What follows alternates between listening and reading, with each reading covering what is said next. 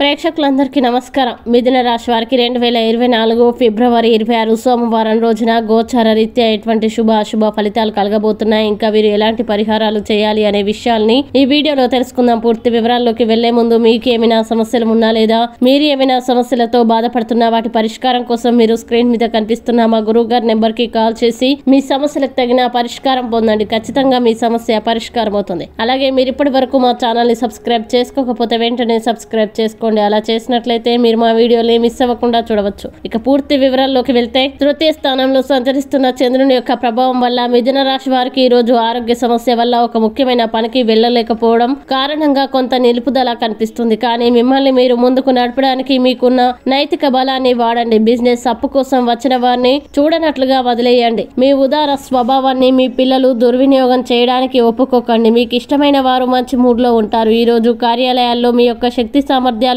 తక్కువగా ఉంటాయి. దీనికి కుటుంబ సమస్యలు కారణమవుతాయి. వ్యాపారాలు వారి భాగస్వాముల పట్ల జాగ్రత్తగా వ్యవహరించాలి. వారు మీకు హాని తలపెట్టవచ్చు. జాగ్రత్తగా పనులు చేసుకోవాల్సిన రోజు. మీ మనసు చెప్పిన దానికంటే మెదడుకే పదును పెట్టాల్సిన రోజు. ఈ రోజు మీ తల్లిదండ్రులు మీ జీవిత భాగస్వామిని ఓ అద్భుతమైన వస్తువుతో ఆశీర్వదించవచ్చు. అది మీ వైవాహిక జీవితపు ఆనందాన్ని ఎంతగానో పెంచుతుంది. ఇక మిథున రాశి వారు ఈ రోజు వచ్చేటువంటి ఇబ్బందుల్ని అధిగమించడానికి, మరిన్ని అనుకూల పరిస్థితులు ఏర్పడడానికి శ్రీలలిత అష్టక స్తోత్రాన్ని పారాయణం చేయడం, అలాగే అమ్మవారి దేవాలయాన్ని దర్శించుకోవడం వల్ల విశేషమైన శుభ ఫలితాలని పొందుతారు. ఈ వీడియో మీకు నచ్చినట్లయితే లైక్ చేయండి మరియు ఈ వీడియోని మీ సోషల్ మీడియా అకౌంట్ల ద్వారా అందరికీ షేర్ చేయండి. అలాగే మీరు ఏదైనా సమస్యలతో బాధపడుతున్నట్లయితే వాటి పరిష్కారం కోసం ఒకసారి గురువుగారి నెంబర్ కి ఫోన్ చేసి మీ సమస్యలకు తగిన పరిష్కారం పొందండి. ఖచ్చితంగా మీ సమస్య పరిష్కారం అవుతుంది. ఇంకా మీరు అనుకున్నటువంటి అన్ని పనుల్లో అంతా మంచి జరగాలని కోరుకుంటూ సర్వే జన సుఖినో భవంతు.